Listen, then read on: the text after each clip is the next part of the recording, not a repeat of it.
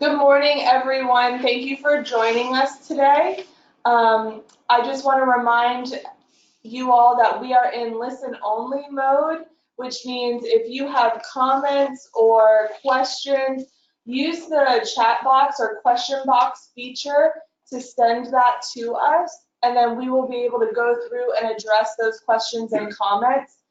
Also, the call is being recorded, so if for some reason you get dropped or you miss something, this will be available for you in the next couple of days, and you can share it with anyone who you think would be interested in this topic. So without further ado, I'm going to pass it over to Ms. Liesl Ramos, and she will take it away. Thank you. Good morning, everyone. This is Liesl Ramos. I am the program administrator in operations division of APD, responsible for our waiting list and also a few special projects such as the ADT and employment-related services transformation, supported living, and transportation as well. Today, we're very excited to announce that we have hired Kirsten Lee, who will be taking David Darm's old position, and I'll let her introduce herself so that she can tell you what she did prior to coming to APD, and also let you know what her areas of responsibility will be with the agency. Good morning. My name is Kirsten Lee, and I'm very excited to be here and just enthused to be able to work with such a wonderful group. I actually was, my former job, I had a restaurant for 8 years, and I employed persons with disabilities in different areas, from veterans to autism, also people that were hearing impaired, many different disabilities that we were able to work with. And in the middle of the business, I had a foundation for autism. It was called Autism Cooks Foundation. And I was able to do pilots for FSU and also did some work with APD in the meantime. And fell in love with the agency. And I am going to be overseeing the ADT Employment Related Service and Transportation Initiative. So thank you so much for y'all's time this morning. Okay, and good morning. This is Kalima Muhammad, and I work with a team of outposted staff who are on the ground in the field working hard to ensure that all settings where we provide waiver services comply with the CMS final rule. And before we get started today, I wanted to address some of the concerns that we've received from some stakeholders and different people coming in through different channels. For the past 2.5 years, we've been referring to what we're doing today as the ADT redesign. And in the last session, the legislators legislated that we redesign the waiver so that we're more cost conscious. And so there have been a lot of confusion between what we're trying to do and what's being legislated for the agency to do. So I want to just let you know that what our efforts are about is not about cutting services, it's not about cutting money or anything like that. Our efforts are solely focused on bringing ADTs into compliance with the CMS final rule. And there is a slide here that talks about what that expectation is. And so when I get to that, I'll just sort of help to remind you about that. So one of the things I'd like to do is our efforts have been focused on ensuring that we have a diverse group who has given us the necessary input that we need. So at the end of our process, once we get to where we want to be, that we have input from all different types of stakeholders, including self-advocates, family and legal representatives, waiver support coordinators, and providers. So if you could go in and let us know who you are, that will give us an understanding of who we're working with and who we need to invite. So, so there's a poll that you guys can go ahead and fill in. And I do want to encourage you to, during the process of the call, I'd like you to go ahead and give us whatever questions, type up whatever questions you have, and let us know what we could do to make this process a little bit smoother. So with that being said, we'll keep the poll open for a little while, and we'll go to the next slide. Oh, we can't go to the next slide, so we'll give you a few seconds to just sort of check in, let us know who you are.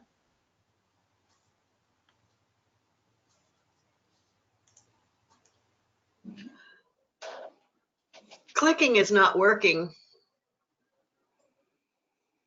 Okay, so if you're unable to click because we see individuals responding, if you're not able to, if you could just send us a message, that would help.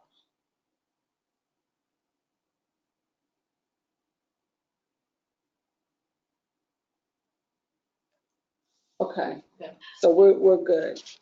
How? If you want to share the results, click the share button. Back where you closed it. Here. So that shares.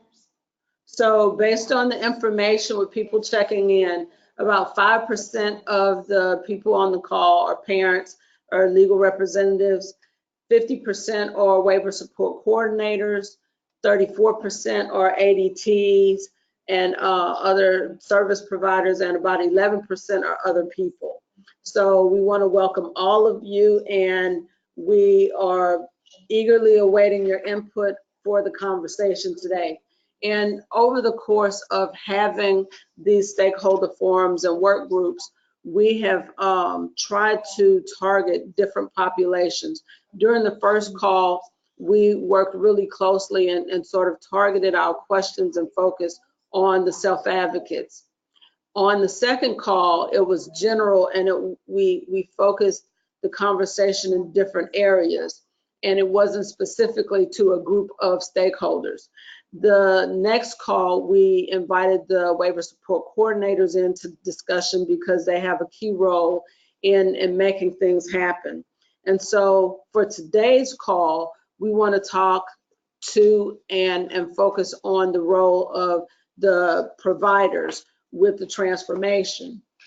And one of the things I previously talked about is our goal is to ensure that the settings that are providing services to people on the iBudget and for CDC Plus, that those settings are compliant with the CMS final rule requirement that requires all settings to be integrated in and supporting full access of individuals receiving waiver services to the greater community, including opportunities to seek employment and work in competitive integrated settings. And so that's what the focus of our group is, and we want your input to help us to get there.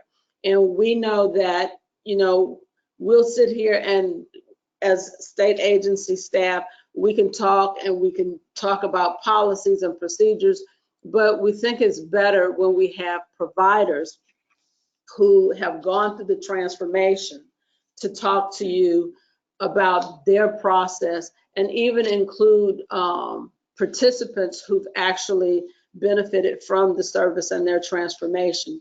So for today's conversation, we've invited the leadership team and participants, a couple of their participants from the McDonald Training Center.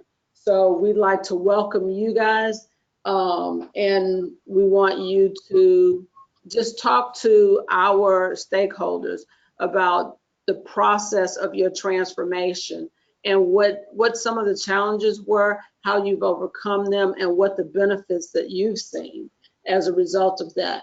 So Karen, you guys can go ahead and open your mics, and the floor is yours.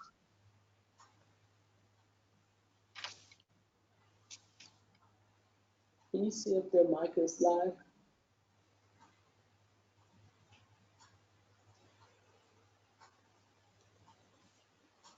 Right there. Yes. Okay. Karen, the floor is yours.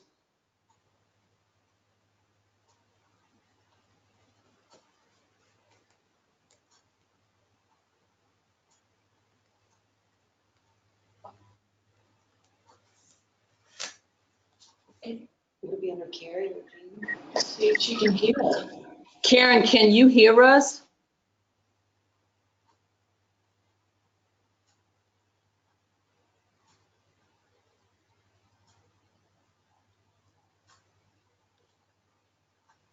Karen, make sure you check to see if your mic is actually picking up sound on your end. We can see that you have availability to talk, but we are unable to hear you.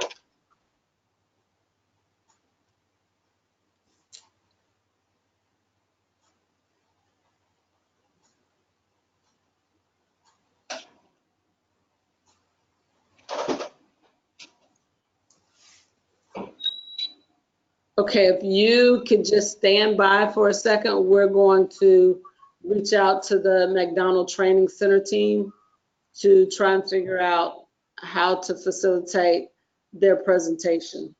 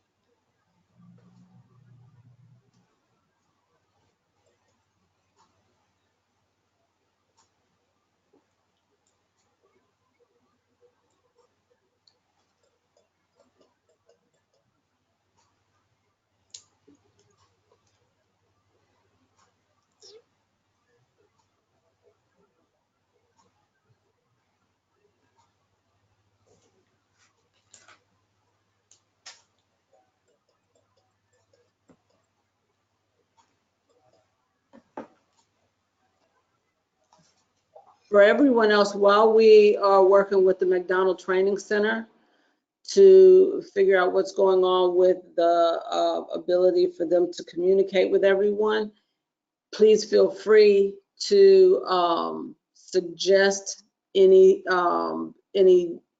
strategies that if you're a provider, strategies that you've used to identify resources in the community that have helped individuals successfully access employment.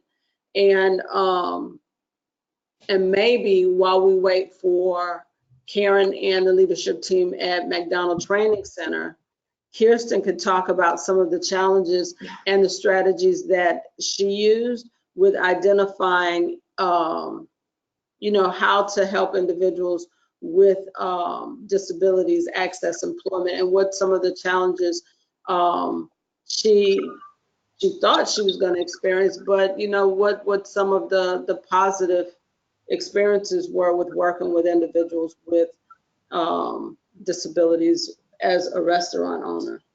Be happy to. One experience that we had is we had a young man with autism that came to work with us, and he started out where he would actually just come in for 2 hours a day and help our staff set up in the mornings. And then it led to he would help us with catering events where he would go with us on private parties. And then we actually taught him skill set of answering the phones for call-ins to the restaurant for to-go orders. We taught him how to use our computer system. It was a touch screen point of sale system, and we set it up specifically for him for doing to-go orders.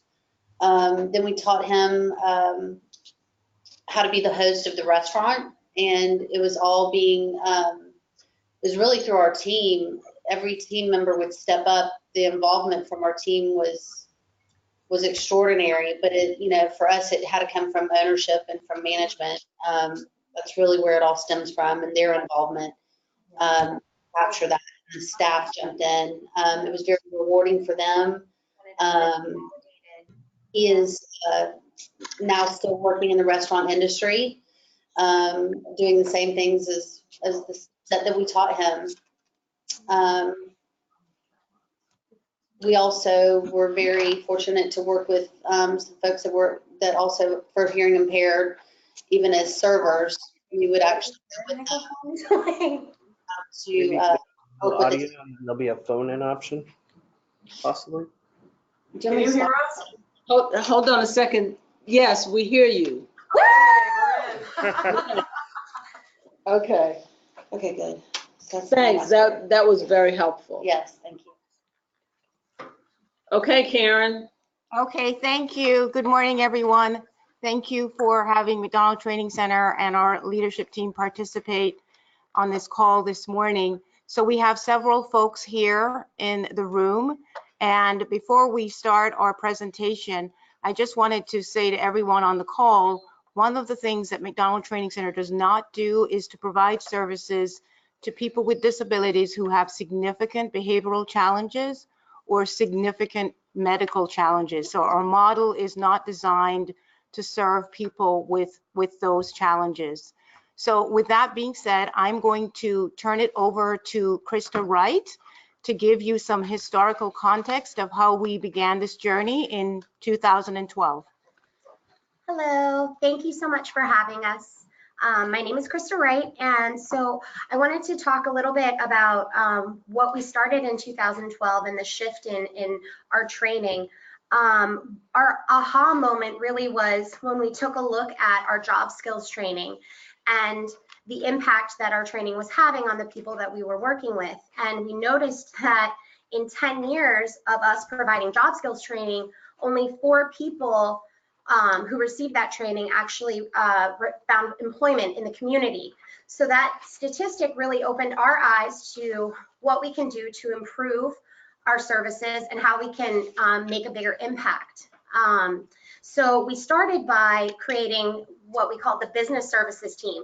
This was a cross-departmental team that worked, there were people from supported employment, people from job skills, people all across the different departments, and it really, what it did was broke down those silos, and we all kind of sat around the round table and discussed what our current methodologies were and how we can improve upon them.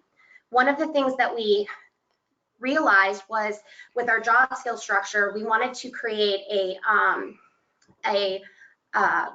we wanted to create job skills levels that grouped people according to their current skills so that they could really, you know, we could start measuring them, collecting that data, and really start to see what they excelled at and how they can improve and how we can help better serve them so that they could improve upon those skills. So the levels were 1 through 4, which actually 4 was labeled advanced job skills.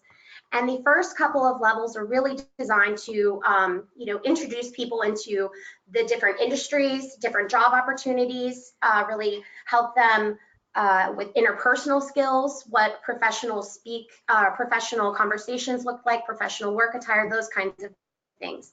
And then once they got into job skills levels 3 and advanced job skills, that's when they really got an opportunity to work hands-on with a lot of the projects that we had. And these projects were of a higher skill level. We really wanted to mimic what the training opportunities we wanted to mimic to what they would find as far as the responsibilities and tasks in a job in the community. So after that, then we also realized that we needed to create kind of like a career resource for people in job skills.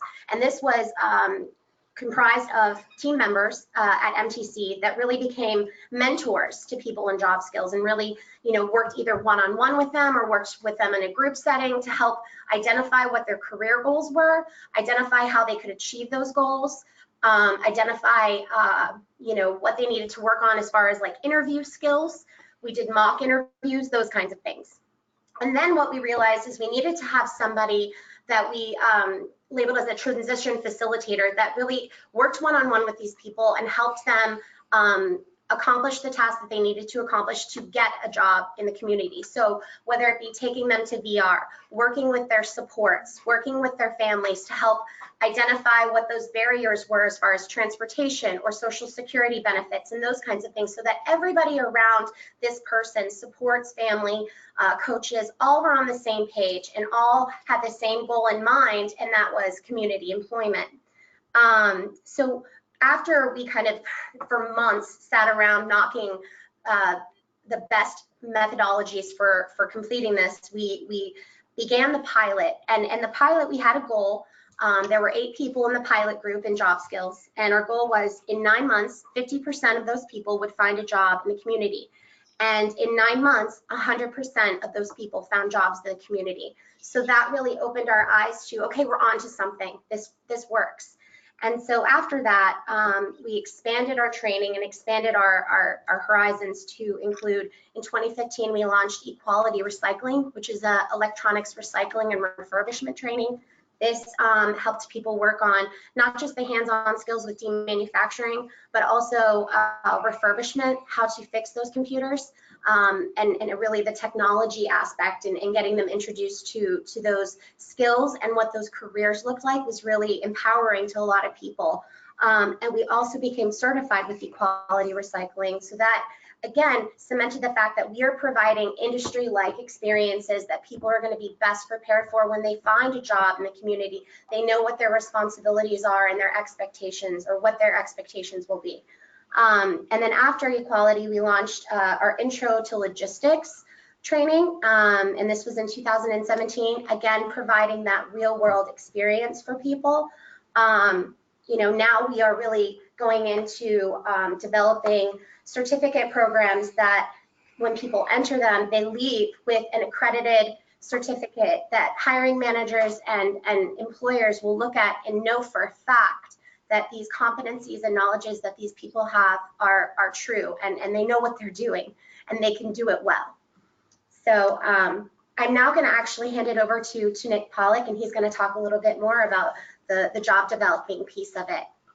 Yeah, hello everybody. My name is Nick Pollock, and I'm one of the job developers here at McDonald Training Center. And I just want to kind of add on to what Krista's been talking about. So what we found is that it's really important to, once an individual comes to McDonald Training Center, to make sure that we're doing a comprehensive intake with that person.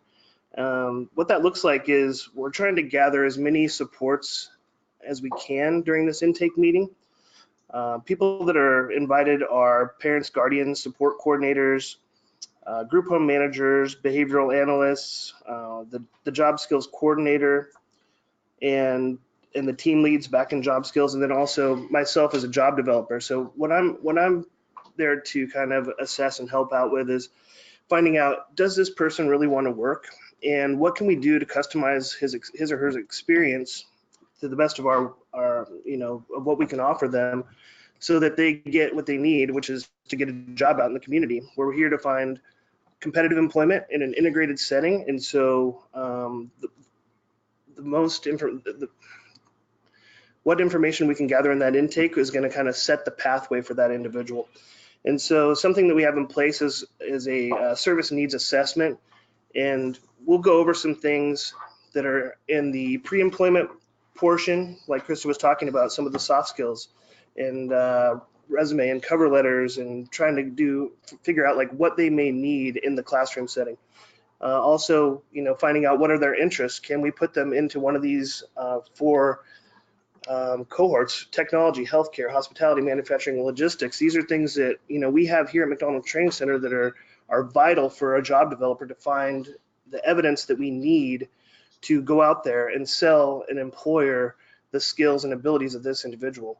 So after we go through this checklist and we find out their needs, then what we're really trying to do is make this as special and timely as possible to get the person who wants a job out in the community. That being said, some of the other things that we're looking to do is put a system in place that is going to make that happen. And we have a system where we use is a consultative sell. So we're out there building relationships with employers. And so that's vital to being able to place our individuals. We put a lot of emphasis on that. So as a individual is going through the training and getting this soft skills stuff, a job developer is actually able to go back into our building and kind of see this firsthand. And building the relationships and strong relationships is really important. In particularly, we have an individual here with us today who was with McDonald Training Center way before I got here, and it's a great story. So she's always wanted to work. So my first day I got here, somebody's coming in and knocking on my door and saying, "Hey, are you my job coach?" Right? Yeah. And I knew right away that this person was highly motivated to go to work because she showed up every day asking me, can you get me a job? And so what we did was, in the back, she wanted to become a cleaner and help cleaning. She previously had a job many, many years ago where she did some cleaning at West Shore Mall, right? Yeah.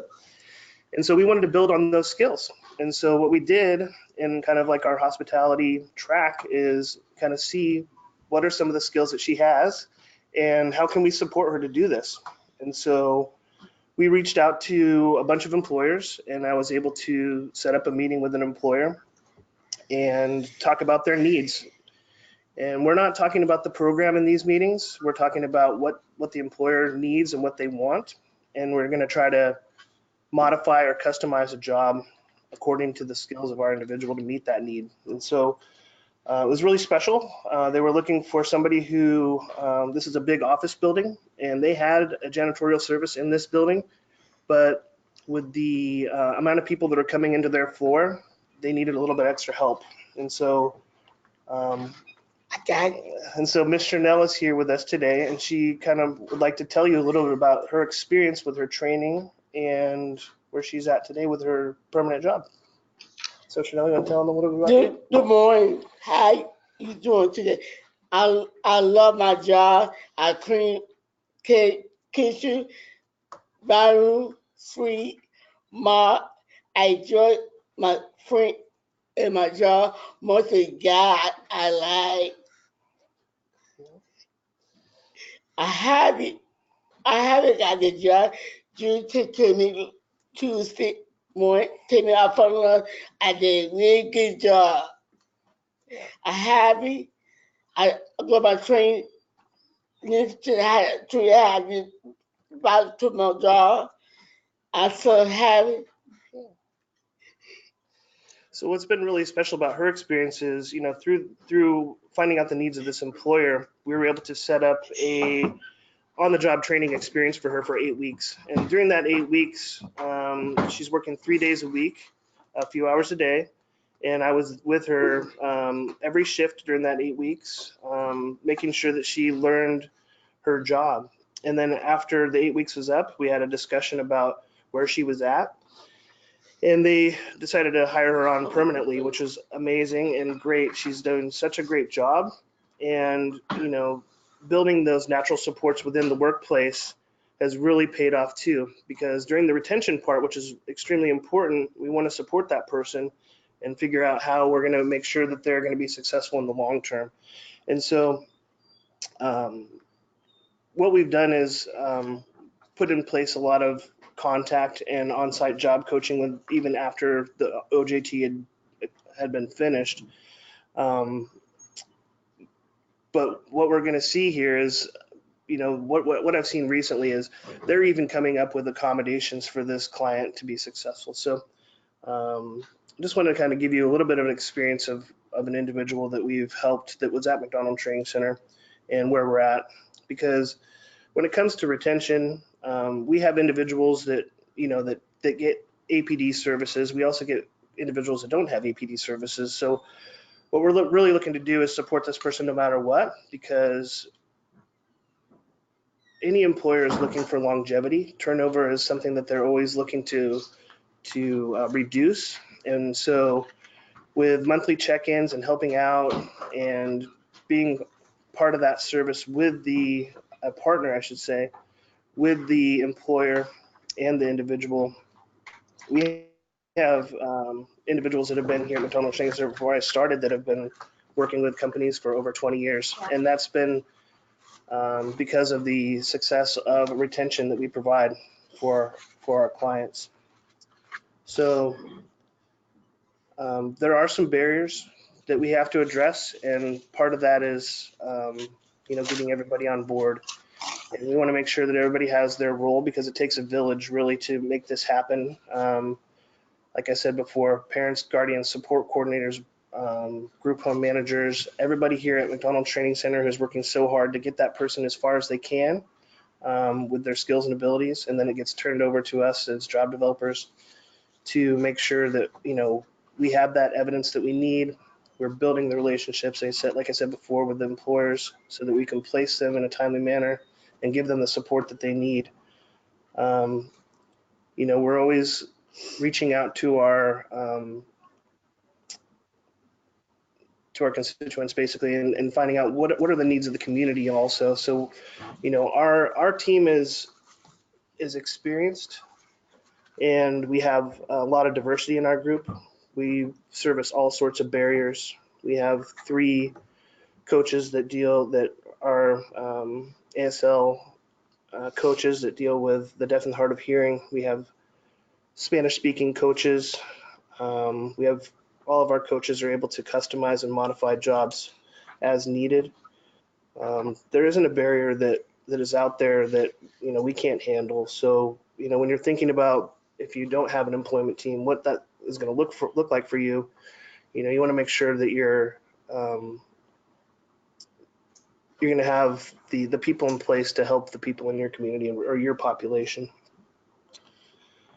And another part of McDonald Training Center's mission is to make sure that not only are they getting the training in these job skills departments and getting the soft skills, but we're also getting them out in the community so they can see what are jobs out in the community that they may not even have known. And so they're doing some volunteerism at places, and I really suggest if you don't have your individuals going out and actually doing work and seeing how work is done in other places, to start doing that now, because a lot of our individuals don't even know about jobs that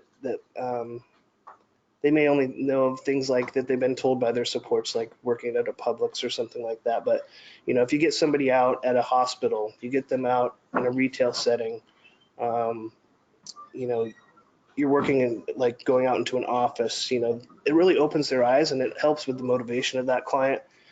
So we really look into volunteerism as something that we focus on also. But we're always working to, whatever we can do to better serve our individuals. I think the volunteerism also helps open the eyes of the employers too, Sure. to the capabilities, and kind of gets that conversation started and strengthens those relationships, which I know that Nick is very impactful with doing. So I guess at this time I'd like to kind of pass it off to Sam. We'll talk about some of the other life skills enhanced and Sam, this is Kalima. Before Sam starts, I have a question that's come in.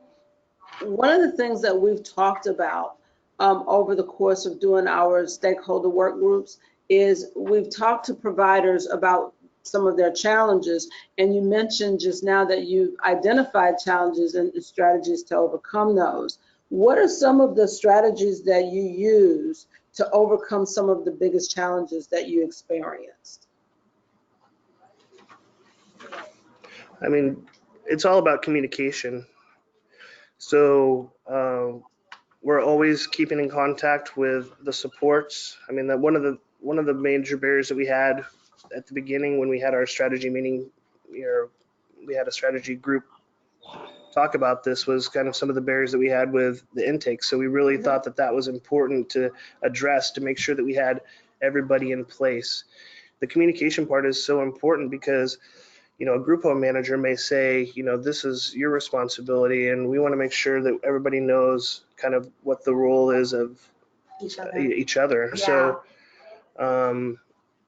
I would just say communication, and then also, you know, coming up with a plan. You have to have a plan. This isn't something that you can sit down and say, I'm going to get this person a job and just fill out an application and make it go. You know, we have a strategy in place that we follow and make sure that, you know, through that process, we're able to build the inroads that we need to place the people that we have. Because, you know, if one of our individuals was able to put in an application on their own and get a job, they wouldn't need us. But, you know, we need to make sure that what we're doing is providing the training, the upfront skills, and getting the person as far along as they can be, so that we can use those down the road. Yeah, pre-planning is huge. And you know, with the barriers and stuff, having all the supports around communicating about like transportation, for example, and start developing a plan to solve those issues ahead of time. That way, you know, when the job offer comes in, the person's ready to go. And there's not this, you know, mad dash to figure everything out that puts pressure on all the supports involved. And it also, you know, can create some tension, and it you know, if you have a plan, like Nick said, in place, it really alleviates that pressure, and everybody then is on the same page. And we know that things change. So, you know, once the intake has happened and the person has been going through training for a while, we want to check in and make sure that everybody knows kind of where we're at. Another question that we had, thank you, that was a good response. Another question that we had is, you said that you worked with the individual support team. How did you work with families who may have been resistant to their individuals working? How did you work with them to bring the whole team along when an individual said they wanted to work, but the family wasn't definitely as on board as the individual was? So, I mean, we can, I guess, you know, what we can talk about is the success of the program, and try to get that the parent or guardian or whoever that may be comfortable with what we're doing. And that could be a process. You know, if the individual is looking to find employment right away and the parent or guardian may be reluctant, you know, we can show and build the confidence in that person over time. So we do that in a lot of different ways. I think what's really important too is like on the training side and working with the support of the job developers is collecting data too, to show the skills and the talents that each person has and the accomplishments that they've made. Because sometimes, you know, knowledge is power. And so getting everybody on the same page of not only what the goal is, but the capabilities and what this person can do, I think helps a lot. You know, we have strong ties with McDonald Training Center has a parents group, and it's, you know, committee of parents, of you know, people that we work with, and connecting with the parents group and getting their advice and their consultation on best methods for working with the family and the supports is huge. And yeah, like I said, knowledge is power. And sometimes it takes that to open people's eyes to what the opportunities and possibilities are. Hi, this is Karen. The only other thing I would add to that Krista and Nick referenced is, because we've had such success in placing people successfully in the employment out in the community, we see that parents are actually speaking to each other, and they are actually now wanting to be a part of that process and that success. So those success stories and sharing those success stories are very, very critical. One of the other things that we've seen is an actual transformation within the organizational culture itself, and that continues to evolve. But when I sit here and I'm sitting beside Charnel, who was so moved when she shared her story with you that she caused us all to have tears in our eyes because she was crying.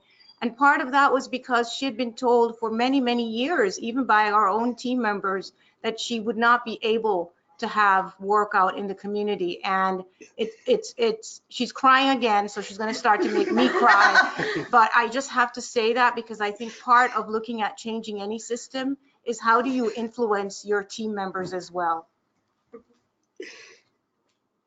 Yeah. You're the best, Chanel.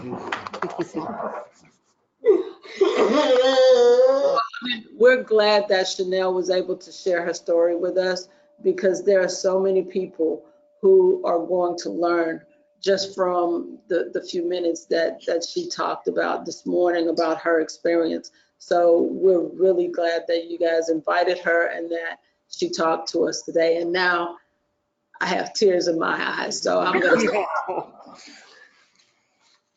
So you can go ahead and proceed, because I know I interrupted you with some of the questions we had. Oh, no problem. Hello there. My name is Sam Gwaltney, and I just wanted to add kind of the rest of this story. So we try in everything that we do to build transferable skills that they can learn in an environment here, and then transfer them to wherever they are in all of their environments. And obviously, we talked a lot about the employment and work, and how we build skills to transfer into a job in the community, or where they're whatever their goals are in that industry. But in addition to those programs, we also have our life skills and enhanced support services here that provide an opportunity for meaningful day activities and functional skill building to those people whose path may not include employment. So seniors who may be looking for a relaxing retirement, or individuals who have, require a higher level of supports, we encourage them to participate in functional activities, community inclusion, socialization, sensory stimulation. We just strive to promote opportunities for engagement and interaction and skill building to grow or maintain independence with activities for daily living. We also try to enhance their overall experience to include music and art and computers, so that they get that well-rounded opportunity to grow as a person. Our life skills program builds on the enhanced support services to support a higher level of independence and community inclusion, including socialization and activities for daily living, and focusing on learning those skills that they may need to transition into a more independent home environment, such as supported living or independent living models. Our goals frequently center on increased functional independence in all of those areas, starting with personal care and hygiene, home living, personal safety, enhancing their functional communication skills, and building the knowledge and power to communicate and advocate for themselves effectively. Making choices is always a big thing in socialization and participating in activities, so that they build those networks and those abilities. Our staffing ratios range from 1 to 3, 1 to 5, and 1 to 10, depending on the level of supports that are needed.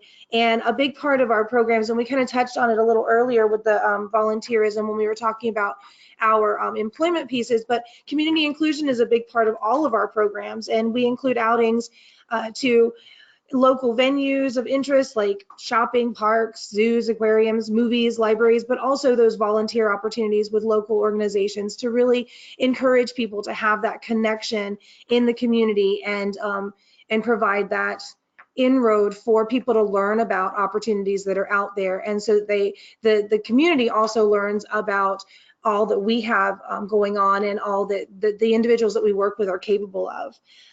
We make sure that we're encouraging the individuals to assist with selecting and planning those outings, so that we can hopefully encourage participation and get them engaged in that process.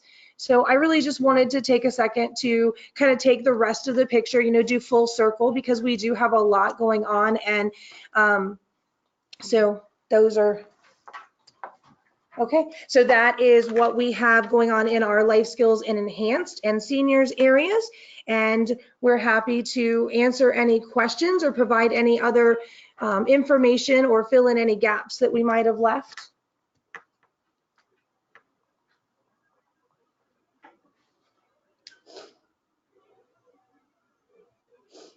One of the things I'd like to do is thank you, Sam, for bringing up the fact that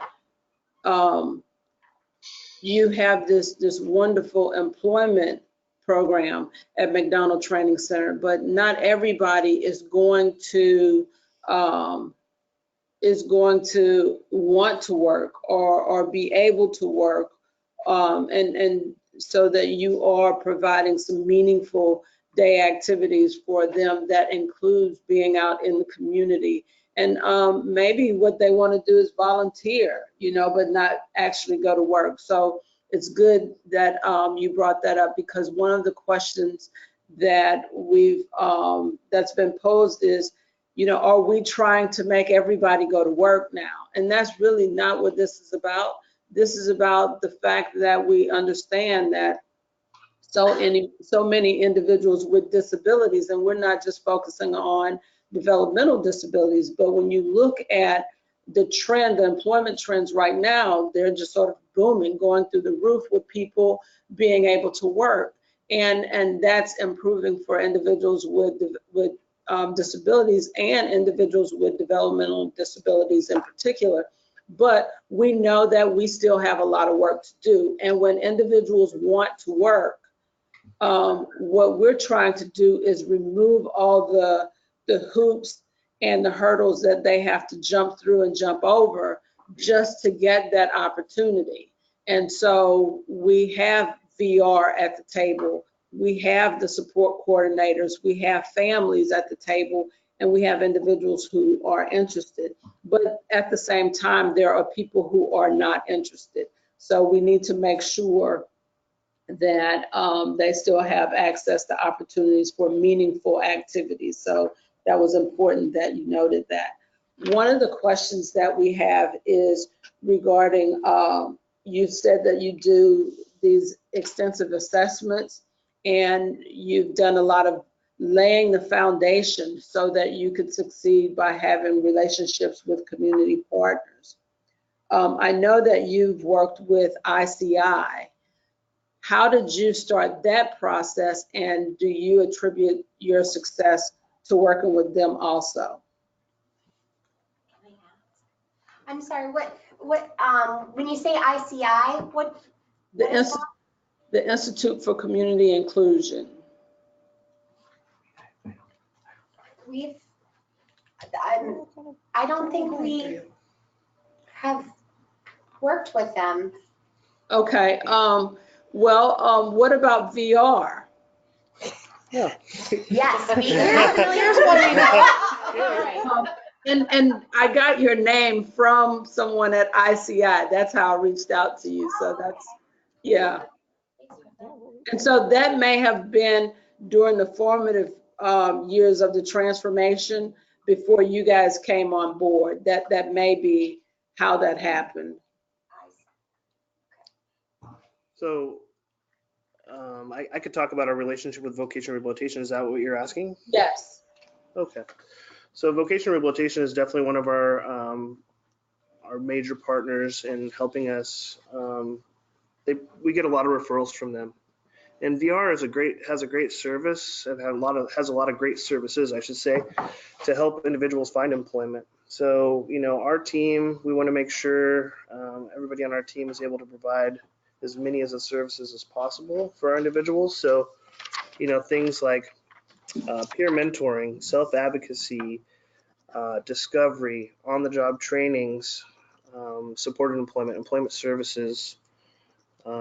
These are some of the services that we provide on a daily basis. And I can give you another story of kind of something that happened with a VR referral just here recently. So I had done a discovery, and for those of you that don't really know what discovery is, it's a service through VR where you get to know an individual really well, find out their interests so that down the road you're able to help the vocational rehabilitation counselor and recommend maybe a possible job goal for that individual.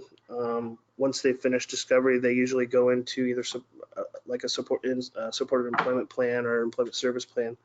But this individual that I just finished up a discovery with had never had a job. He was in high school and had a couple volunteer experiences, but was extremely interested in sports.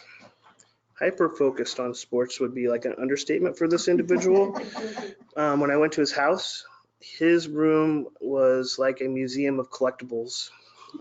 He had signed helmets, signed cards, signed pictures. He had his whole closet was full of jerseys. That's what he wore to school every single day, was somebody's jersey. and he had signed jerseys too. And he had a catalog of multiple binders, and he knew exactly what he had in his collection. And so my job during Discovery is to kind of explore that. And so we were able to give him a lot of different experiences. We went to a place where there was like a guided fishing camp. We went and had a meeting with a company that does memorabilia sales and charitable events. And we went to golf courses and things of that sort. And so he was able to get all these different experiences through VR service of Discovery. And once we finished, my recommendation was, hey, this kid can do a lot of things. We even brought him to McDonald Training Center, and he did some of the things in our back room, collating papers and some mailings and all sorts of different things that we watched him do here. He can work and do whatever, but I told the counselor, I said, hey, he needs to have a job that includes sports. I mean, I don't think he's going to keep a job without it. And so she was on board. We had a pretty open job goal, but it started kind of with like a stalking goal because we figured that might be something that he could do at a retail sporting goods store or something like that. But she was really open to just knowing that if the job included sports, that she knew that he would be successful. And so through the discovery process, I was able to actually go back to one of the places that I went, a golf course that I went to previously, and asked her, I said, hey, what are some openings that you may have? Can we sit down and talk about your needs? And so we sat down for a while, and we came up with, I guess I should backtrack a little bit. So part of the individual's disability is he has a physical disability where he's not able to lift a lot of heavy objects, and he also has a learning disability, intellectual disability. So, when I'm talking to her about her needs, she brought up a cart attendant. So a cart attendant is at a golf course is somebody who goes out and gets the carts ready, gets the bags, brings them out. They're taking care of the practice facilities. They're taking care of the range. There are a lot of customer service with the individuals that are there. There may be some sales part into that too. But through this meeting, we were able to actually modify this job and customize this job for this individual for the needs not only of the employer, but of the client. And so it just so happened that they have in the afternoons a bunch of younger kids that go out and use the range and do practice. And so I don't know how many golfers we have out in the audience here today, but I'm not a good golfer and my ball never goes straight either. But with kids, the balls are going everywhere, and so they really needed somebody to really take care of the range and also the practice facility. What this did was kind of help this individual with some of the restrictions that he may have. So we customized the job through taking out some of the heavy lifting of the bags at the country club and carrying balls that are big buckets of balls, places to set up the greens and stuff like that. We customized that for him too. So through this process of VR discovery, now we're starting to job develop and find a fit for this individual, not only to his interest, but to help provide a valuable service to this employer. And so I just want to kind of talk about that as, now he just started this week, and I'm supporting him on the job on all of his shifts until he becomes comfortable, and coaching him along the way. Through VR, they have a service. He's supported employment, so beyond 150 days, is the contract with VR. But we have phase 2 follow-along services for any individual. He's not an APD candidate, but we'll be providing phase 2 services for him as long as he needs them. And not only is that building the relationship with the client in VR, but also the employer, because this is, this is a place where we could place maybe multiple people throughout our time. So VR is a great service to use.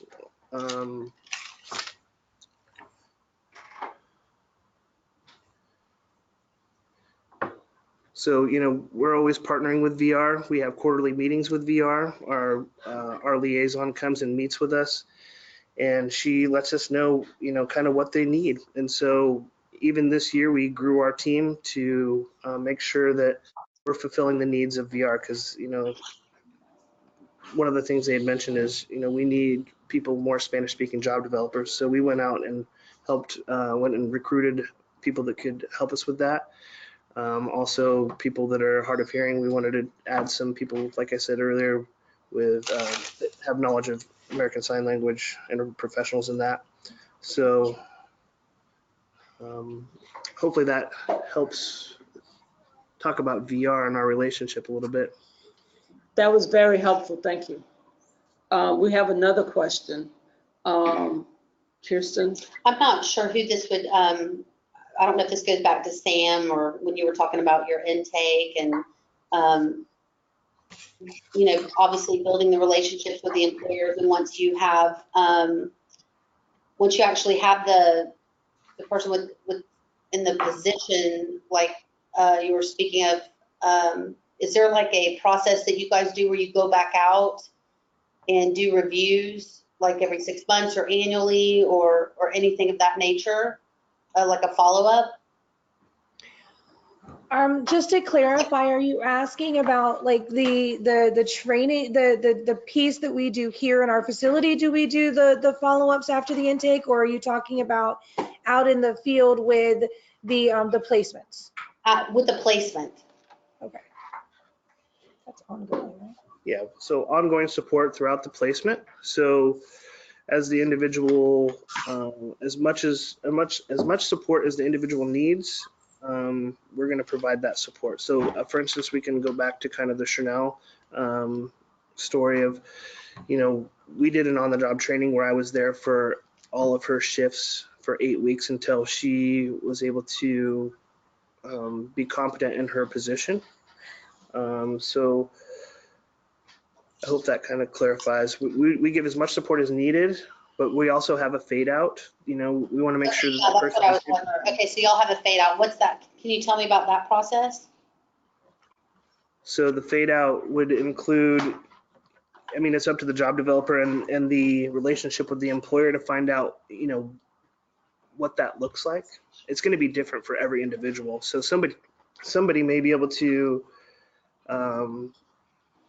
may have previous work experience, for instance, washing dishes, and only need a little bit of upfront need to get them comfortable and maybe, get accommodations put into place. And I guess that's something else I would like to talk about is, a benefit of what we do here at McDonald Training Center is that because people are back there doing the training and we have job skills coaches back there monitoring and helping us with assessing their skills and abilities, and us also being able to go back there and see how they're able to do the jobs, we're also able to come up with accommodations ahead of time so that when we put this person into employment, those things are almost ready to go and in place. I got a question. You have a question? Go ahead. Wait, I enjoy my work. I had all my jobs. Somebody said me online, or did they do admit that I love it? So are you confirming that much? Yeah. I think it's confirmed. So even with Chanel, I'm still checking in. I went and she's been, after the OJT, she's now been employed as a permanent employee now for a little over a month. And I still check in on site. I still check in over email and phone with the employer and make sure that they know I'm there to support that individual throughout their employment. So it's a team. Like I said, this employer in particularly is. They're what? Yeah, I mean they're very they've been very progressive to even help come up with accommodations on their own and that have helped Chanel since they've hired her on permanently. So it's really important to build those natural supports within the workplace. Like I said, it's a partnership, and we know that like with the support and the retention that they're going to be successful. We do understand that people will lose jobs for whatever that may be, but that's not going to stop us from having the relationship, keeping the relationship with the employer. I hope that we make sure that we do the best that we can, and we know that I mean, we can all probably look around our office and say, this person got a job. How'd they get that job? Well, we're out there making those relationships happen so that, we can fill those places. Well, your explanation of your slow fade out is lovely. Y'all are doing a wonderful job. And we got a question from one of the panelists, Suzanne Sewell. Thank you. Appreciate your opportunity. Always love hearing about the good things folks are doing. My comments are more technical and won't be probably as exciting, but the proposal I want to talk to you about is designed and intended, and we did work with McDonald Training and others on this, providers who are wanting to do a lot more employment focus. So what we would like to propose is that when you look at the ADT model, that we try to come up with 4 different perspectives. One of them would be ADT services that focus on ready to work employment. And that would be working with folks for workplace preparation. Staffing ratios should not exceed 1 to 3. We've given an ideas about the type of services and even, threw out some projections about rates. So those are technical things that the agency would need to look at. We came up with them with the pathways to employment. And this model is those who have long-term goals for employment, and they may actually even have a job, but they need some ongoing and additional supports. That one would be a 1-to-1 rate. Then we think that we need a retirement geriatric model. Some folks just aren't, in the work market anymore, and there should be activities that would provide daily assistance in some of the needs that those folks would have. And then, Khalima, I think you mentioned too, we think there needs to be the model that allows for meaningful day activity and community inclusion. For various reasons, people, are just, not ready to retire, but aren't ready to work or don't want to work at this point. So we think the whole model could be restructured that would accommodate the type things you're wanting to do, focus more on employment, give people the services they need. And then we think the support employment model needs to be revamped. The way it's set up, it just really, quite frankly, I don't think works for a lot of provider agencies. We need to be able to cover provider costs for more of the administrative functions, and I think APD and VR services who require phase 1 and phase 2, need to work together a little bit better to make sure that folks are getting the supports they need. And, then we've worked on some other models like a project search model for adults. So we'd like to submit those recommendations and for consideration by the group, because we think if you go with this framework, you can really promote and do a lot of the things that you're hearing about today and other creative ways of looking at getting people jobs and getting them out of just an ongoing, ADT activity that's not preparing people for work. Thank you. Thanks for that input, Suzanne. And I think you're right. You talked about 3 of your 4. You talked about the ready to work, the retirement or geriatric population, and the community inclusion was the 4th one. Pathways to employment. Pathways. Okay. Ready to work was more prep, basic skills, and then pathways to employment.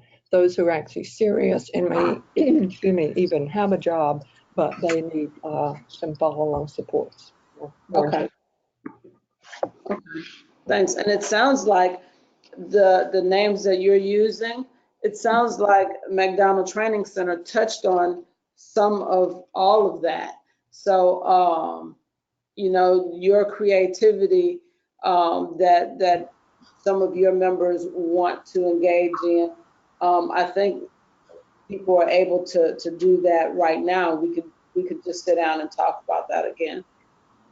So, and one of the things that you said included the fact that there are some challenges with the way support employment is set up right now. There are some challenges with doing that. And so those are the things that we need to address in our transformation, because we know that it may be easier to provide these vocational services. Oh, if you can, Can I call you back in? that line back. Okay. No, not us. But some of it's probably easier to provide the vocational services through the ADT. But what we want to be able to do is to get those services that are vocational in nature over to, out of the rehabilitation category of ADT. So we're going to need to work a lot closer with the providers to make this happen. So are there any other questions that anyone had?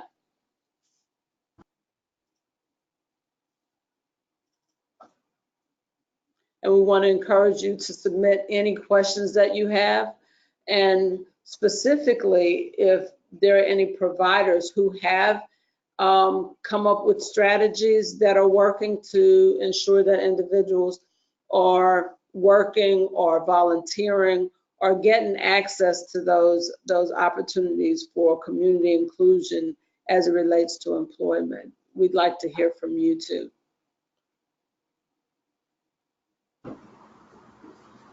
Amy, this is Suzanne. When do you anticipate having a report or recommendations together?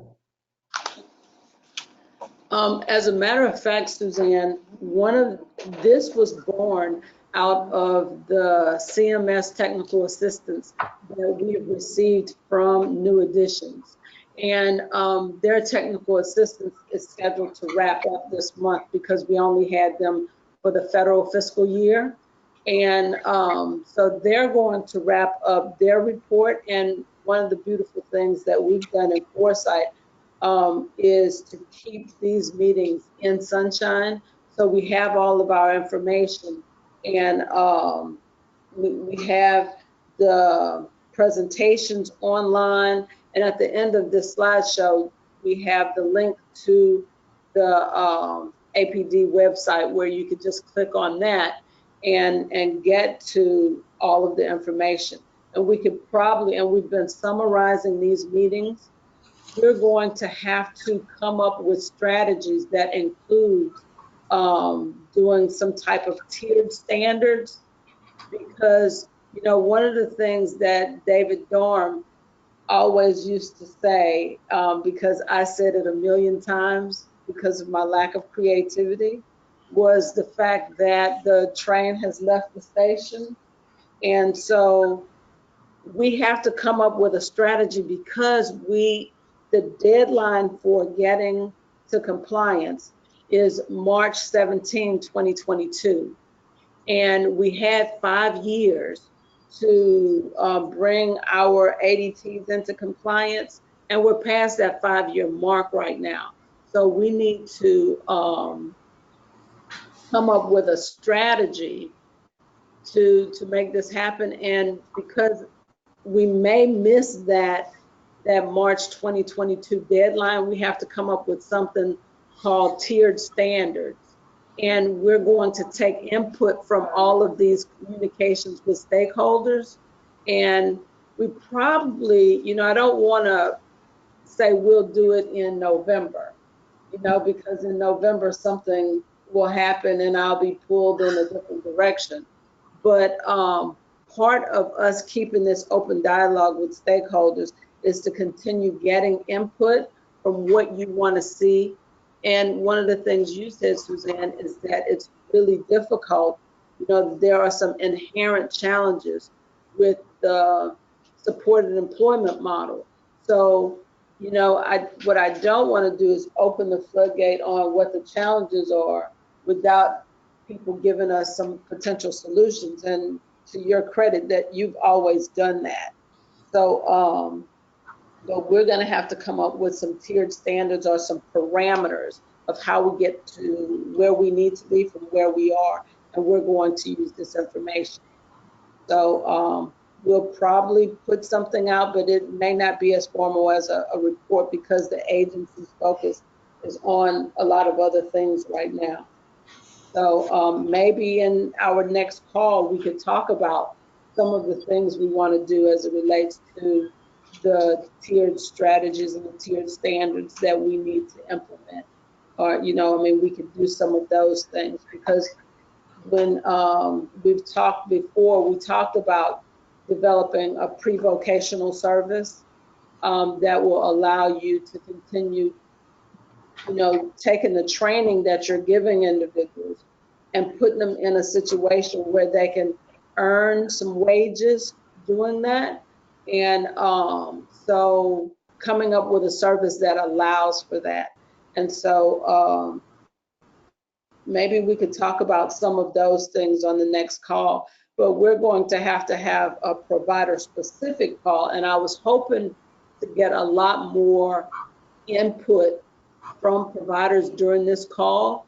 And one of the things that we had told Kirsten was a 30-minute presentation by a McDonald Training Center would probably be all we could do, because we normally are inundated with questions. And, so that didn't happen like it normally happens on today's calls, because, maybe the stuff that the McDonald Training Center said has people pondering and probably coming up with strategies themselves. I don't know, can we check to see if Jim Whitaker or anybody from Arc of Jacksonville is on here? Because I know they're working with ICI now.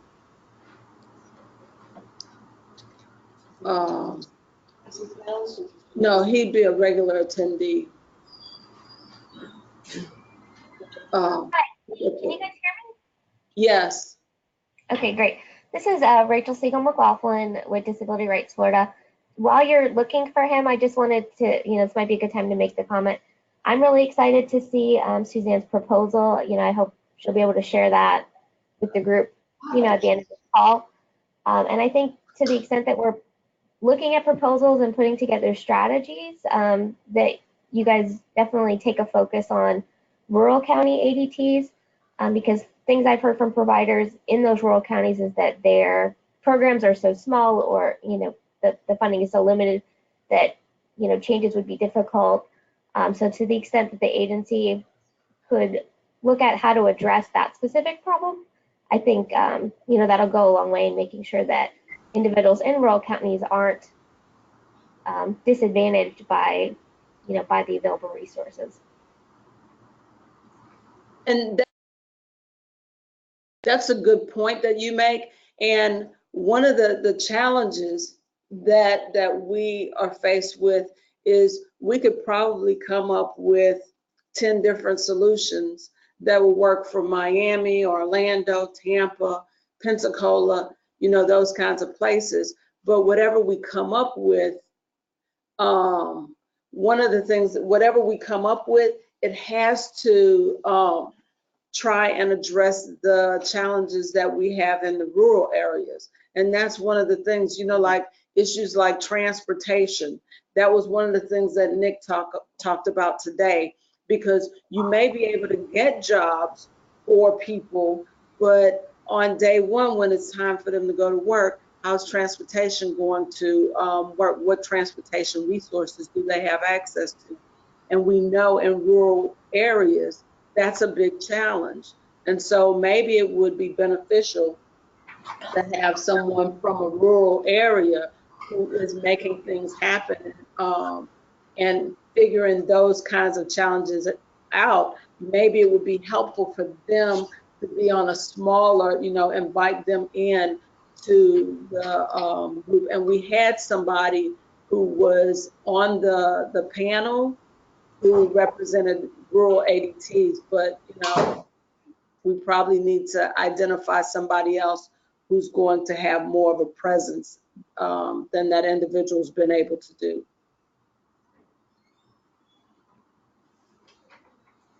So that's a good, that was a good point.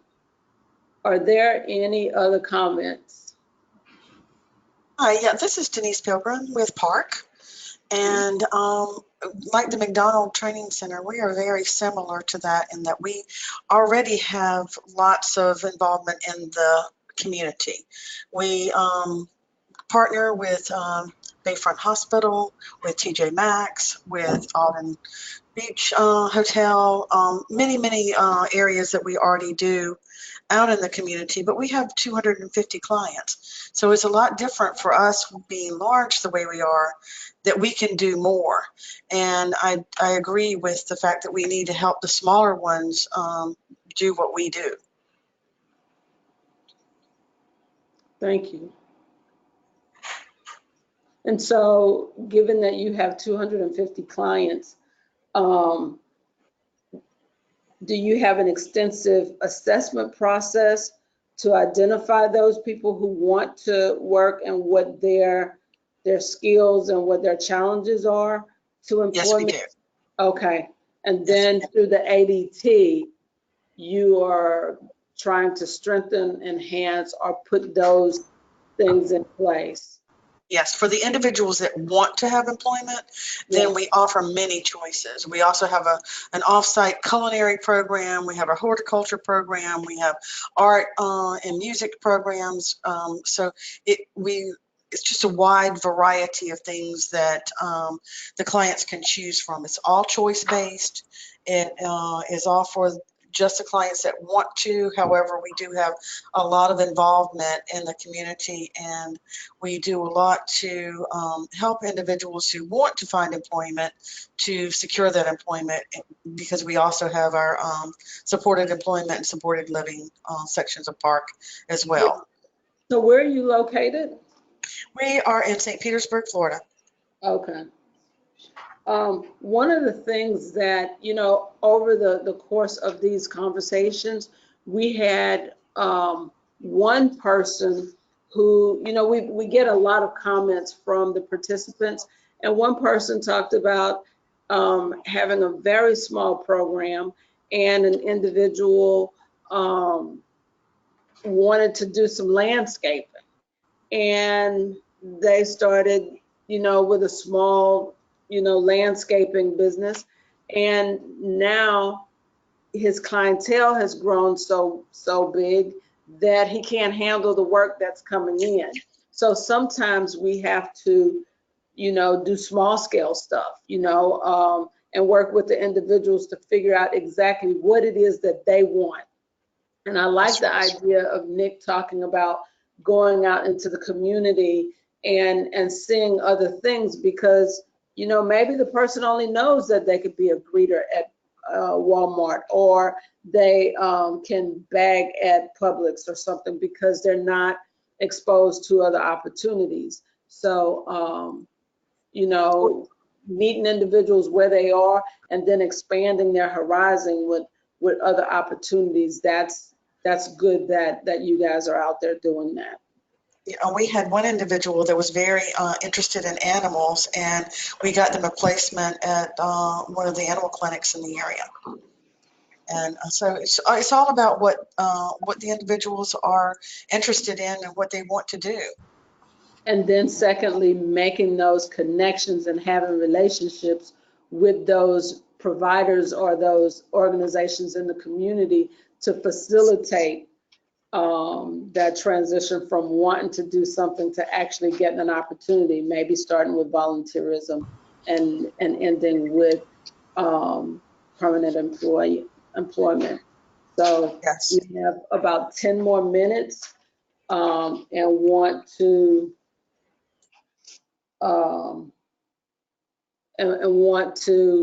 ask that you guys submit any comments or questions that you have.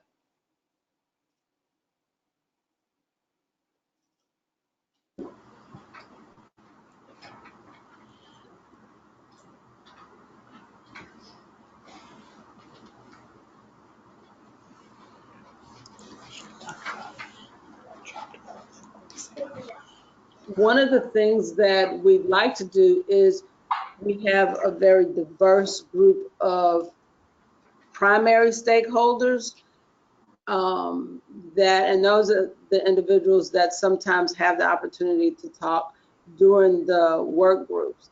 And so one of the things that we want to be able to do is get with those primary stakeholders and look at the information that we've gathered over the course of months since May and come up with a plan and then present that plan to the larger stakeholder group.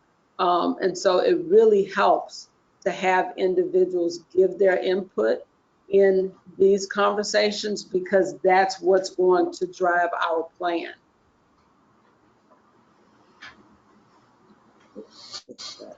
Kalima, this is Suzanne. I just want to say, I think the change because of the storm and rescheduling got it off a lot of people's schedules. So that's probably why not as many providers called in this time.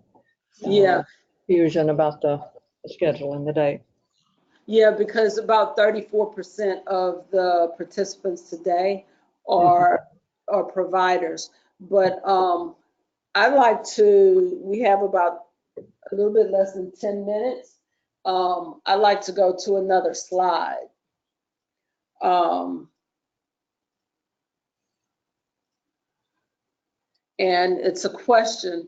And the question is, what can we do to facilitate a smoother transformation?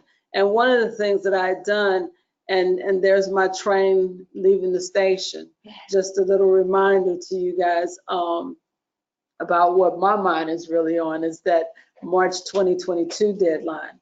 So, but initially when I developed this slide, I said, what can APD do to help address the concerns that people have? And at this point, it's not really what APD can do, you know, because over the months, we've built sort of a team on this, and what can we as a team do? And some of the things that we could continue these stakeholder work groups, but there's a poll question. And, you know, if you can just let us know what you think of what we could do out of these choices. And if these three that were given is not the best option, give us something in that last one and the other one. So, you know, we'll look at that. But I think, you know, it's one thing to just sit and have these work groups, but I want to, you know, this is a verb. You know, we got to be about the business of verbing, you know, doing something.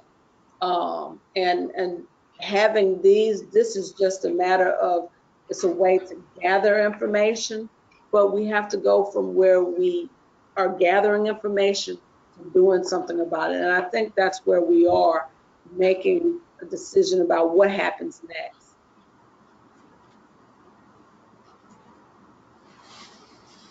And so far, it's looking like what's leading the pack is provide ongoing training and outreach. And what we'll have to do is figure out what the messaging is going to be, because we know that there are some things that we have to do. One of the things is the CMS team is going to go out, and we have identified some trends. We're going to go out and look at those. And it's in an effort to have more of an APD presence in the ADTs, but identifying those strategies and best practices, because typically when you go through Medicaid audit or you know, inspection of sorts, is typically looking at just the Medicaid standards, which is the bare minimum. What's the bottom line that you have to do to dot the I? But what I want to do is not just be compliance focused, which that is what my world is. I'm trying to bridge that with some of the quality pieces and identify best practices and be able to share those.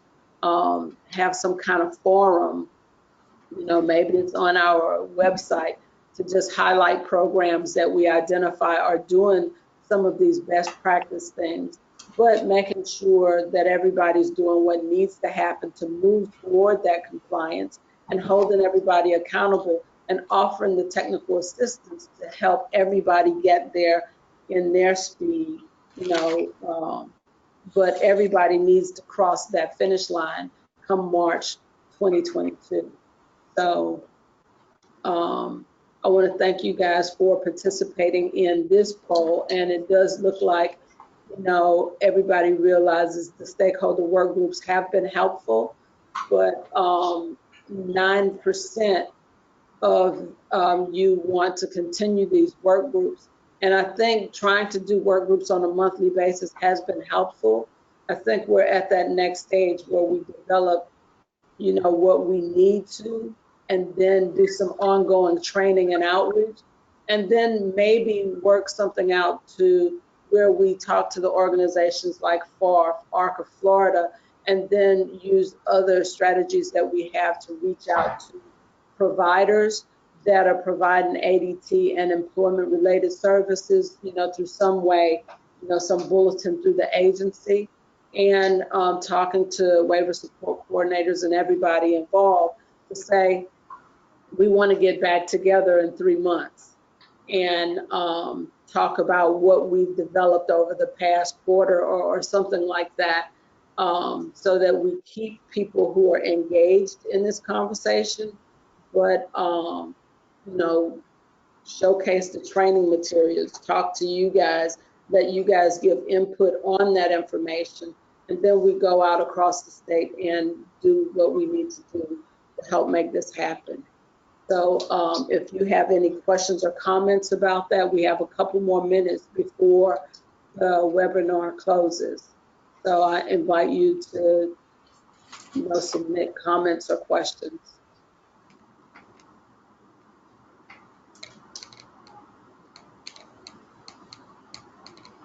And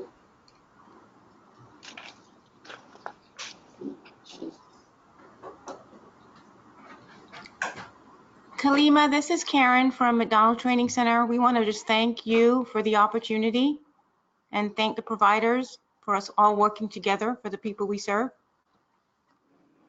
You're welcome, and thank you again. Sorry about the technical problems that we had in the beginning, but it worked. We persevered, and you did a great presentation that shows that transformation is possible, and that it may continue to be wrought with some challenges, but you have to be about the business of making it happen. So thanks again. And on this last slide, if you are interested in any information that maybe you've missed a work group, all of the recordings are available at the website, at the APD website. So you can go to the customer link and the pull down menu, click on supported employment or employment ADT and employment related activities initiatives, and you'll have access to everything that's on there. So I want to thank you all for calling in and actively participating in today's discussion. Take care and enjoy the rest of your day. Thank you. Thank you. Thank you. Have a good one. Thank you.